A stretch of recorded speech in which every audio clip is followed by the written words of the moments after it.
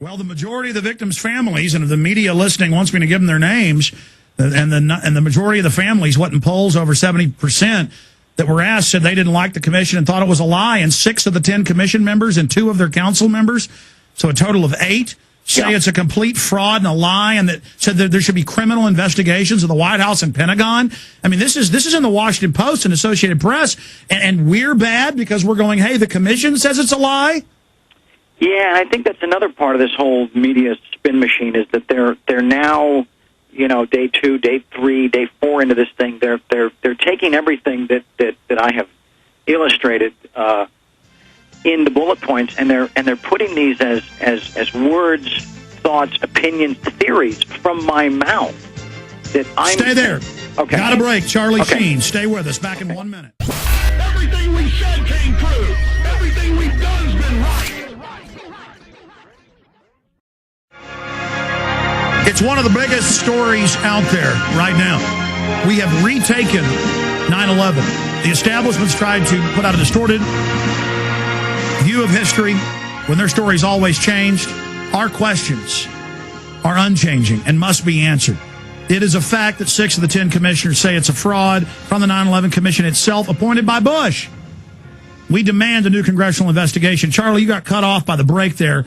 Finish up the point you were making about how the media will never focus on what you said. They always distort what you're saying. Yeah, and then they're putting words in my mouth that these are my opinions, my theories, these are my beliefs, and when in fact it's just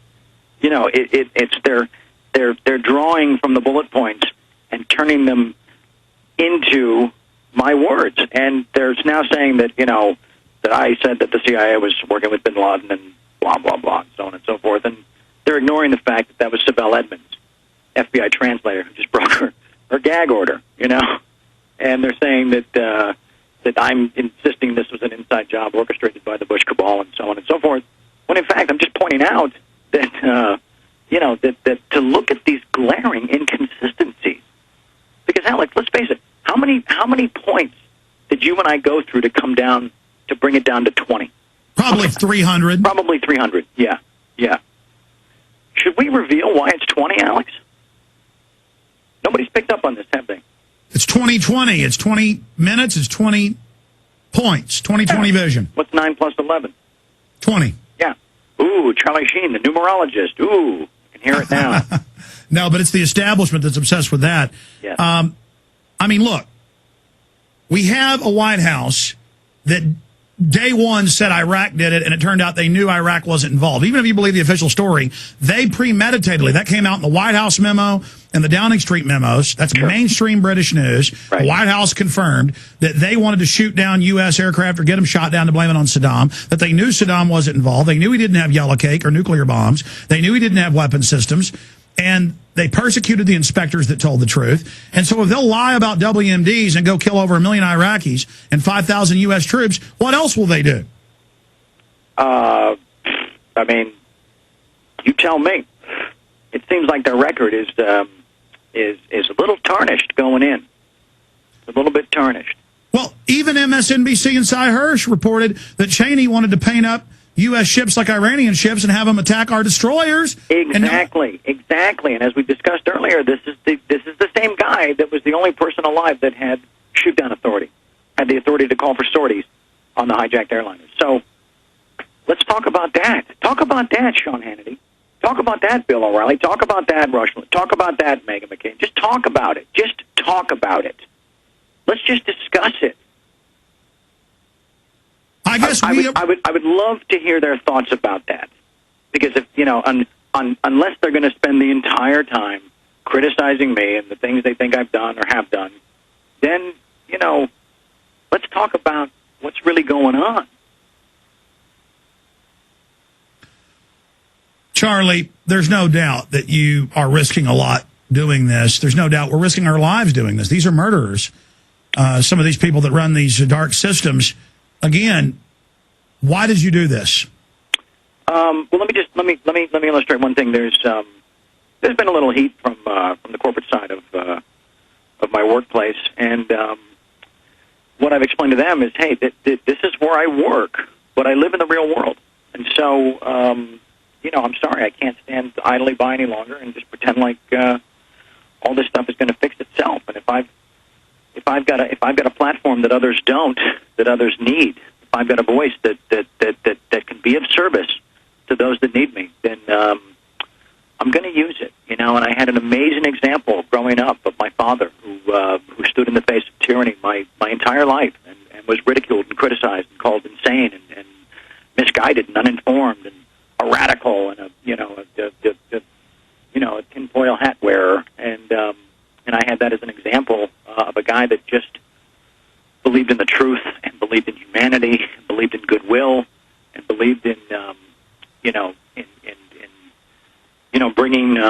bringing hope to the hopeless.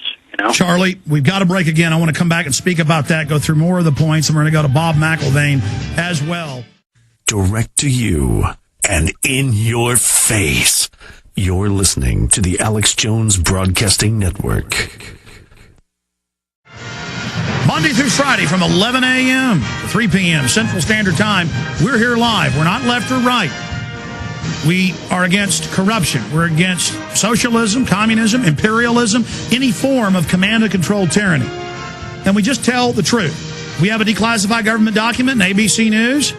Operation Northwoods, U.S. government plan to bomb U.S. cities as pretext for war. We have Army field manuals where the government stages terror. It's declassified. We talk about it.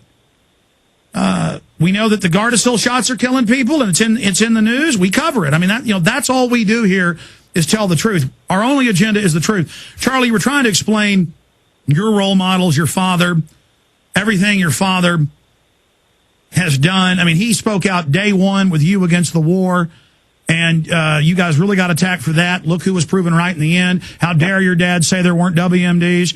We're on the right side of history. Yeah, I think that's really key, Alex. I think that's really key. I absolutely believe that myself, that we are on the right side of history, and I think it's only a matter of time before more join us on that right side. And I think what people need to understand, and what has been such a really offensive spin job, is that I'm not claiming that I know what happened. I'm not making those claims. I'm just asking people to look at the inconsistencies, look at the stuff, look at the absolute facts that were completely ignored. When you get into the doomsday plane, with as Anderson Cooper reported on, and then the commission deemed it, they had so much to investigate, they didn't feel it was important enough to include in the report. Guys, it's the doomsday plane. Over New York, over D.C., multiple government E-4Bs, over command and control aircraft while this is happening, but jets 20-something miles away, F-16s can't get there, but the doomsday planes are over both targets. It's a real problem. It needs to be looked at. It needs to be looked at thoroughly. Let's subpoena and put those pilots under oath. Let's do that. When did you take off? How long were you in the air? What was your mission? What were you doing there? What were you told? And again, Alex, it's not just me. I mean, these are the questions that the families had at the commission hearings. This is all the stuff that was completely swept aside, and they were absolutely stonewalled at every turn, and frustrated and screaming out during the proceedings and being escorted away as a security violation. I mean, come on. It's just Yeah, they're in there screaming, saying, cover up, inside job. They're drug away. People like Bob McIlvaine, whose son died. And then meanwhile, these media whores get up there and say, all the families disagree with Charlie Sheen. When, here's an example out of Salon, 911 Truth signatory standby call for new investigation. And Salon called 50 of these people and only got 2 of them to halfway recant. And Salon rightfully said, and wrote a positive piece and said, look, people have a right to question what's going on. Of course they do. I mean, that's the country I was raised in. That's what I was told to believe in. Charlie, let's go over some of these other points. But before we do that, I want to go back to Sibel Edmonds. She's the FBI translator listening to NSA intercepts. She goes public on this show and other shows about 4 years ago. Federal gag order. She's trying to get around it. She's saying drug running, terrorist funding, human trafficking, murder, hit teams. That's now all come out that Cheney was running hit teams. in mainstream news illegally, even in the U.S., against non-Al-Qaeda, al-CIA targets. Sure. And she comes out now, breaks the federal gag order about a month ago. It was in the middle of August. Yeah. And goes public. And we've got clips in the video, your message to the president, saying up until the day of 9/11, bin Laden and Al-Qaeda and Taliban were working for the CIA. Yeah, and it didn't get any mainstream coverage whatsoever. Why is that not the top story on the 6 o'clock evening news? Why is the FBI revealing that Ted Olson, Solicitor General, never got the phone call from his wife on the Pentagon flight? Why is that not the lead story on the 6 o'clock evening news? What about the cell phones? They still can't make them work above 10,000 feet. Every time I'm on a flight, I try, as I take off with it, to see when it cuts out. It does it at about 3,000 feet every time. Sure. So I know how tall these radio towers are. They're 2,000. When I get about 1,000 above, it cuts out.